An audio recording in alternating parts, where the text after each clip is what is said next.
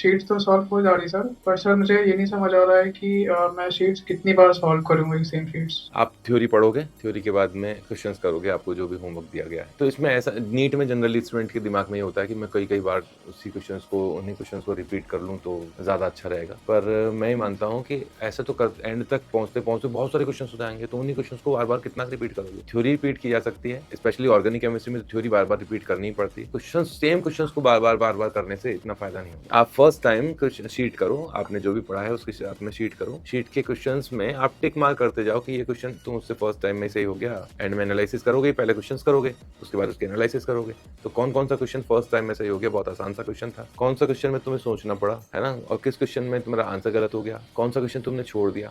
इस तरीके से कुछ टिक मार्क करते हुए चलोगे। और जब आप कभी रिवीजन करने बैठोगे तो फिर उन क्वेश्चंस को कभी नहीं करना जो क्वेश्चन तुमसे फर्स्ट टाइम में हो गए थे। क्योंकि आपने कोई कॉन्सेप्ट मान लीजिए नया-नया पढ़ा हुआ है और उस कॉन्सेप्ट के क्वेश्चन जो कि अभी बेसिक आइडिया ही आपको लगा है और उसके क्वेश्चंस कर लिए। तो महीने 2 महीने बाद जब आप रिवीजन कर रहे होंगे तो आपका लेवल कंपैरेटिवली ऊपर ही होगा। काफ़ी पॉइंट्स आपको आते ही होंगे उनमें से। केवल रिवाइज करते ही और भी वो ब्रश अप हो जाएगा।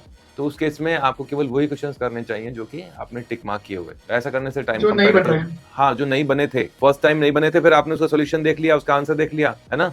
हाँ सर। ऐसा ही हाँ। करेंगे ना, पर फिर हाँ उसको सर, उसी ऐसे। क्वेश्चन को वापस करना है क्योंकि कई बार क्या होता है कि हम जिस तरह की गलतियां करते हैं दिमाग उसी रास्ते पे चलने लगता है, तो हो सकता है उसी तरह की मिस्टेक वापस हो जाए और फिर वो क्वेश्चन भी अगर सही हो जाता है तो बहुत अच्छी बात है। नेक्स्ट टाइम उस क्वेश्चन को हम लोग वापस नहीं करेंगे।